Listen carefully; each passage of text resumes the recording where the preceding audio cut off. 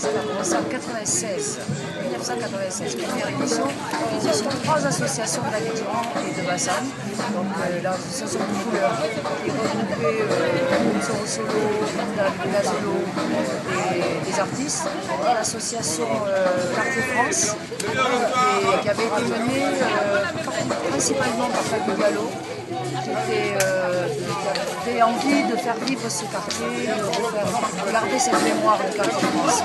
Donc cette association et la 3e association, c'est l'apothéatrie, Louis Marquez et Claude Denis. Donc ces personnes-là se sont retrouvées à Bassam autour d'une course qui était organisée, qui était isolément organisée sur la course de moto, qui est devenue un peu connue, quoi, la course de moto de Grand Bassam. Donc ces personnes qui organisaient la course ont rencontré ces artistes. Et ça a fait le Festival de l'Art de la Rue. Première édition, on a eu 6 éditions jusqu'en 2003. Une édition hommage à ces personnes qui étaient décédées, celui qui s'occupait des sports, qui était un Français qui avait fait beaucoup de choses, qui avait été à l'OM, qui avait organisé des combats de boxe pour le Prévoyé au Palais des Sports de Cachemire. Donc on essaie de Robert Bousset, on avait fait une journée hommage à du festival. Et après, la sociopolitique ivoirienne nous a obligés à attendre, mais on est content, on repart. Nous, un facteur de rapprochement du peuple.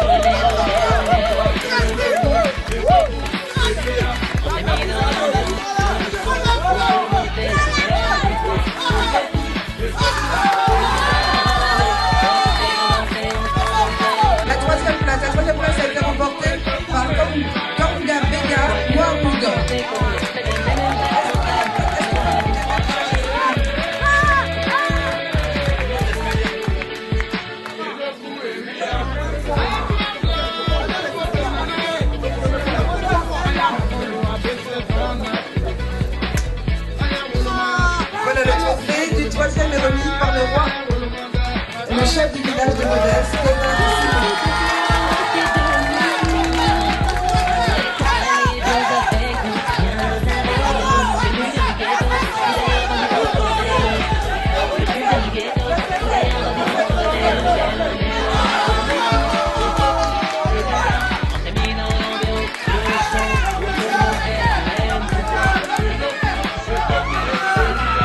Le trophée remis par le chef du village de Modeste.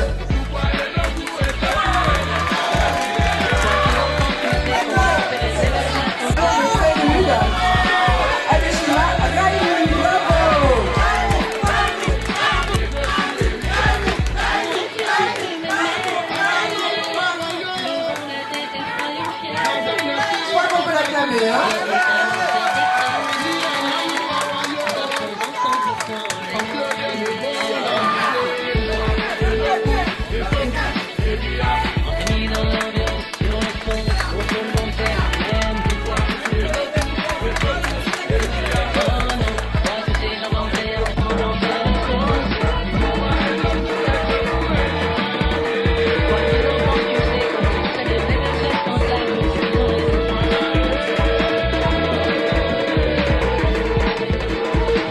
Voilà, justement. Alors, je pense que si ce festival avait été à sa première édition, on n'aurait pas pu faire ce qu'on a fait. Alors, on n'est pas au top, hein, on est en festival de relance.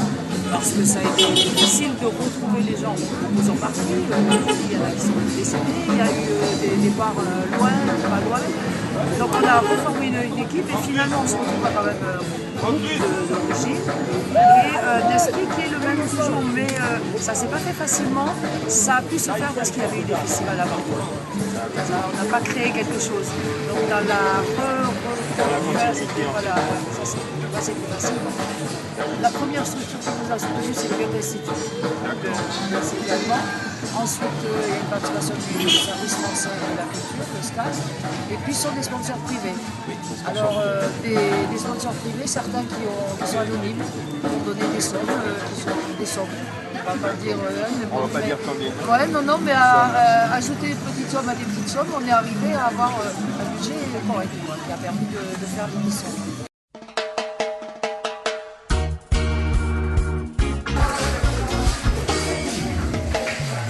Ici, nous sommes sur les lobbies. Les lobbies sont situés au nord-est de la Côte d'Ivoire, précisément à Bouna. Cette construction, et cette construction est appelée Soukala. Les gens avaient accès à la cour à cette échelle, c'est quoi? Donc quand ils montaient, ils faisaient monter. Quand l'ennemi venait, c'était une façon de se protéger contre l'ennemi. Et l'ennemi c'était qui? C'était les hommes, c'était les colons, c'était les animaux féroces. Alors c'est comme ça que les gens arrivaient à se sécuriser à l'époque. Et la construction est appelée Soukala. Il y en a plusieurs, un truc que nous avons exposé.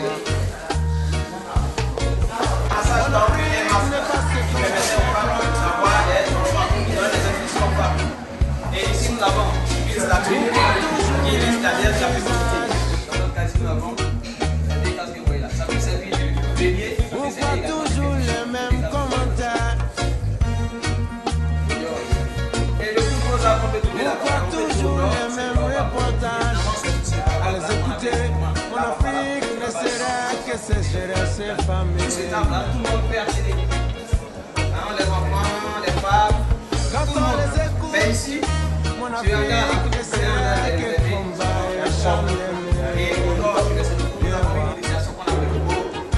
Celui qui n'est pas initié au coup, c'est qui que je montrer. Donc celui qui n'est pas initié au coup, il passe en soirée. Donc c'est seulement réservé aux hommes. Les femmes ne font pas le Mon Afrique n'est pas ce qu'on te fait croire. L'enfant qui, avant d'avoir fait le corbeau, estime Pas que c'est un grand. mot sur l'histoire de ce continent, sur les civilisations et les richesses d'un temps.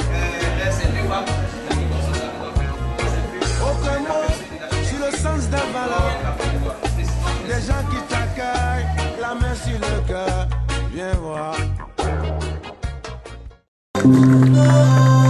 Et ceci étant, comme le système féminin nous permet de nous régénérer et de nous procréer, nous avons eu l'occasion de faire un atalakou, un élément bien donné qu'on appelle l'eau. Parce que sans eau, il n'y a pas de vie. Beaucoup de personnes ne se rendent pas compte, mais s'ils ont coupé l'eau, c'est là on voit les draps drastiques. Tu vois un peu. Tu t'es pas dit que ta bouche sent mauvais, tu t'es pas brossé. Il n'y a pas l'eau pour laver ta bouche. Toi-même, tu t'es pas dit que 3 jours, il y a drap. Si on n'a pas l'eau, tu vas préparer, c'est pas l'eau. Mais c'est pas l'eau, il n'y a pas la vie. Mais ça fait 70 quand même %. Donc on applaudit quand même pour l'élément l'eau. C'est très très fort. Et c'est comme ça que nous on a décidé de chanter l'eau, de faire un atalakou pour l'eau. Et c'est avec ça qu'on va se dire que Dieu nous bénisse.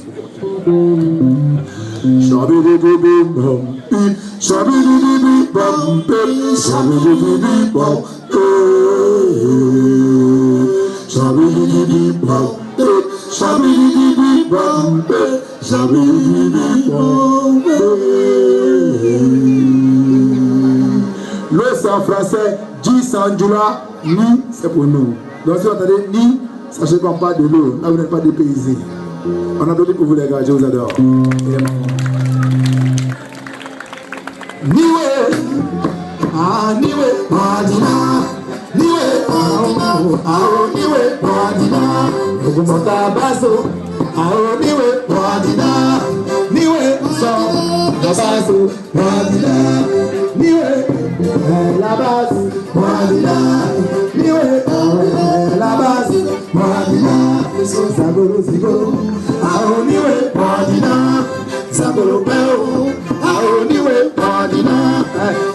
sigoro, aoniwe badina, zako peo, aoniwe badina, je te parle de l'eau, et pas l'essentiel dans la vie, je te parle de l'eau, ça, parle de l'eau, élément essentiel pour la vie, pour pouvoir grandir, il faut de l'eau, pour pouvoir se nourrir, il faut de l'eau, pour s'éclairer, il faut de l'eau, pour pouvoir se purifier, il faut de l'eau,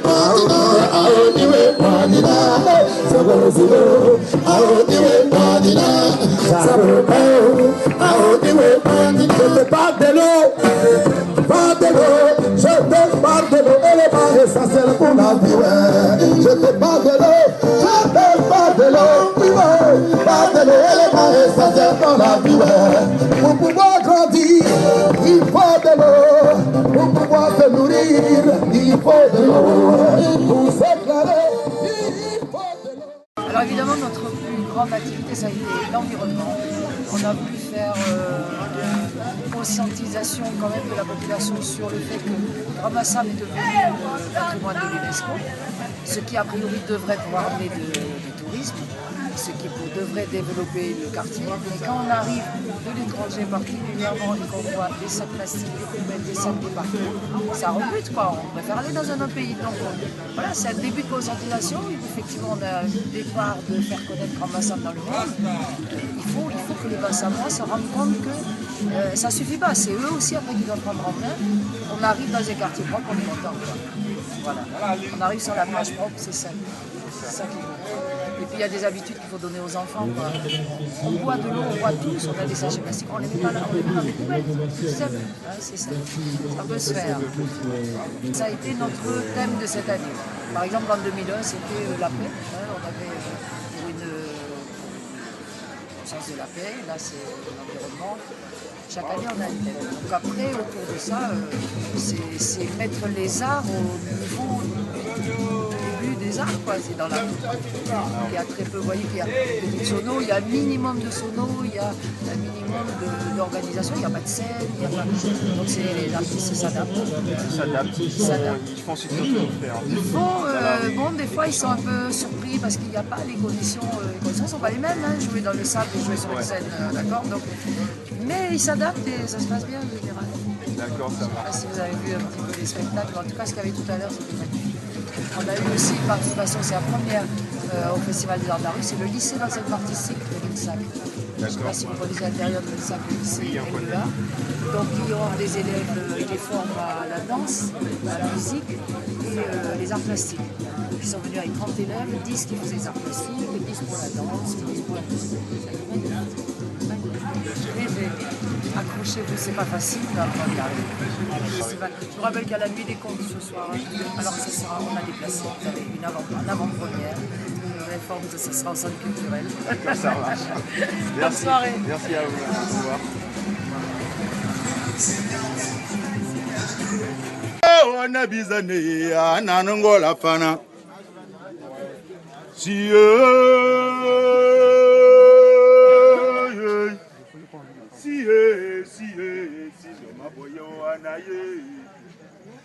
Par l'environnement intérieur. Parce que si on ne tient pas compte de l'écologie spirituelle, de l'écologie mentale, on finit par accumuler tellement de déchets en nous. Parmi ces déchets, il y a la haine, la colère, la jalousie, les ressentiments, j'en passe, c'est des meilleurs. Justement, en parlant de colère, je tiens à vous présenter une personne. Elle se nommait Ngaïna. Mes chers amis, Ngaïna était une mère de famille et comme beaucoup de mamans, Ngaïna avait beaucoup de problèmes. Elle était à la tête d'une véritable équipe de football. 11 enfants de 11 pères différents qui tous avaient pris la clé des champs. Et vous savez pourquoi? Parce que Ngaïna était une femme de tête. D'ailleurs, elle réglait tous ses problèmes à coups de tête, à coups de boule, comme on dirait chez les Français, à la manière de Zidane. À tel point que Ngaïna traînait derrière elle un véritable cortège de nez écrasés de maris indélicats. On aurait dit qu'elle n'était venue sur Terre que pour venger toutes les femmes battues de la planète. Attends, son dernier mari en date. Un abruti fini qui passait le plus clair de son temps à se gaver d'alcool. Ce jour-là, il arrive dans la cuisine de sa femme en lui disant femme, donne-moi à manger, j'ai faim moi. Sa femme lui demande je demande, est-ce que tu as laissé l'argent de la nourriture à la maison ici? Là, le mari se fâche, il dit femme, comment tu me parles là? C'est quand même moi qui porte la culotte dans cette maison, non? Attends, je vais te corriger, moi. Ah bon, une monumentale torgnole sur la joue de Ngaïna, mes chers amis. La tête de Ngaïna pivote comme ça, comme dans un film au ralenti. Et revient à la position initiale. Ngaïna s'en étonne. Elle demande à son mari, je demande, je rêve ou bien quelque chose m'a effleuré. Son mari lui répond, ouais, c'est un homme qui t'a frappé. Si tu mouftes encore, je double la dose comme un double whisky.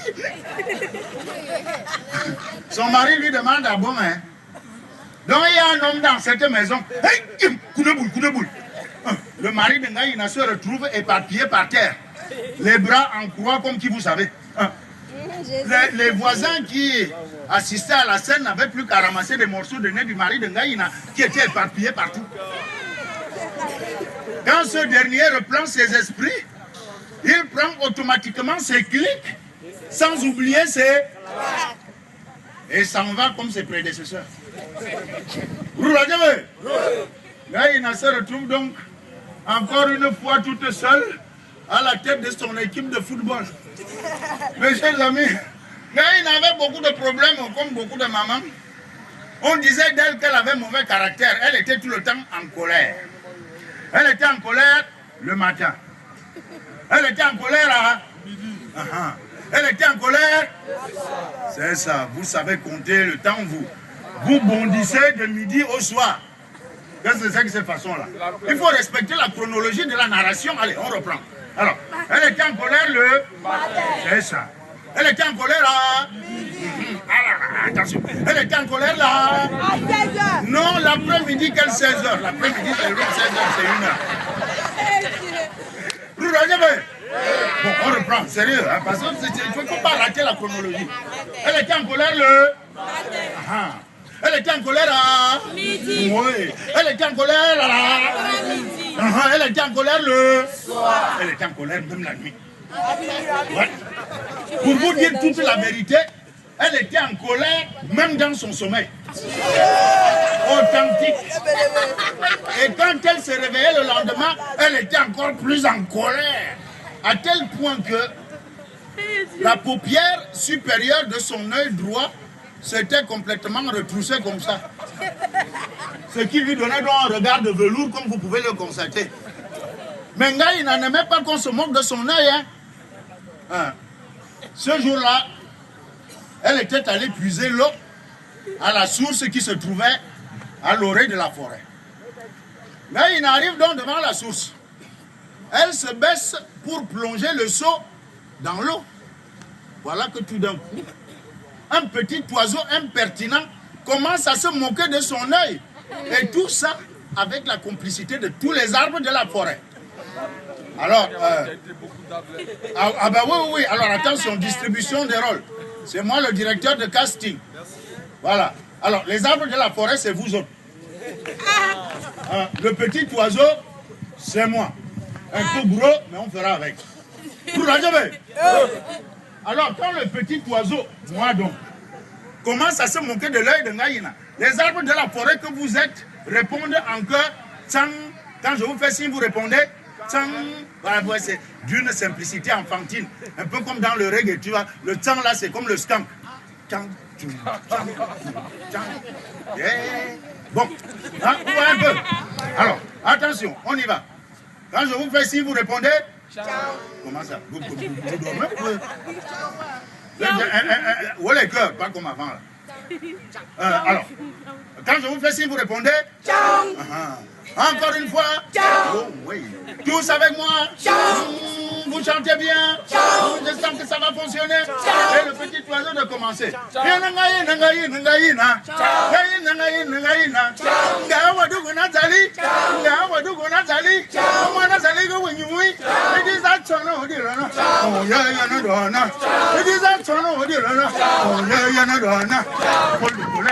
Il ramasse un caillou qui traînait par là et lance de toutes ses forces sur l'oiseau. Je vais te tuer.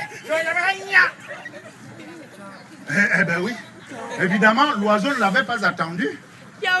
Il s'était déjà envolé pour aller se percher sur un arbre beaucoup plus loin.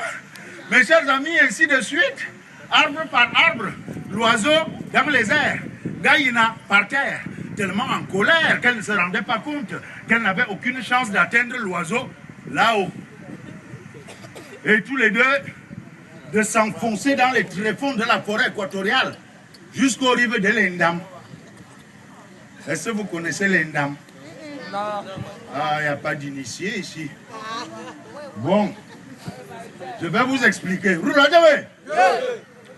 L'Indam, mes chers amis, c'est le fleuve mythique de la forêt équatoriale d'où je viens, qui sépare le monde des vivants d'ici, du monde des vivants de l'autre côté, comme disait ma grand-mère. Est-ce que j'ai dit au-delà? J'ai dit la vie de l'autre côté. C'est pas au-delà.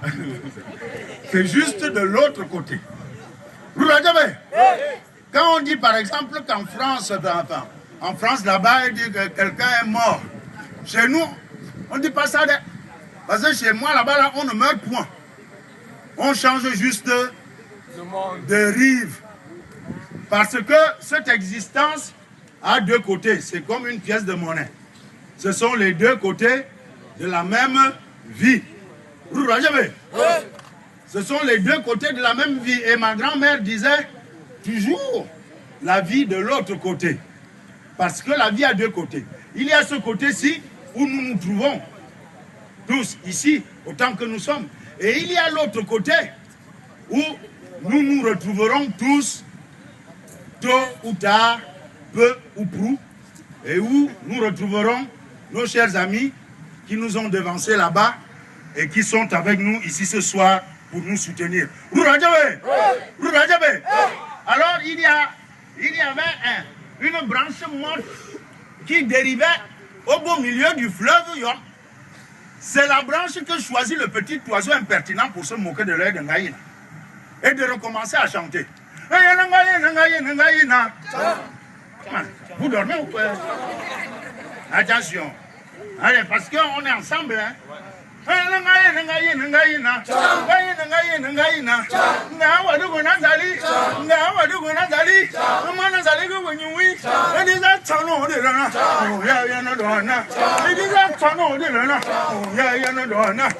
Folle de colère. Là, il a plongé dans l'eau de l'Indam. Mes chers amis, attends. C'est arrivé au fond de l'eau que Ngaïna se rappelle que de toute son existence, elle n'avait jamais appris à nager. A-t-on idée de se jeter dans l'eau sans savoir nager? Vous voyez ce que la colère nous fait faire? Hein? Là-dessus, mes chers amis, le petit oiseau, comme par enchantement, se transforme en Djengou. Vous connaissez Djengou? C'est pas possible ça. Vous êtes pourtant des côtiers, comme moi. Vous ne connaissez pas Djengou? Je vais vous expliquer. Alors Djengou, mes chers amis, c'est le principe de l'eau. D'autres ont dit un peu abusivement le dieu de l'eau. Non, c'est l'énergie de l'eau. Et cette énergie de l'eau porte un nom connu sur toute la côte ouest africaine. Ah, voilà un initié.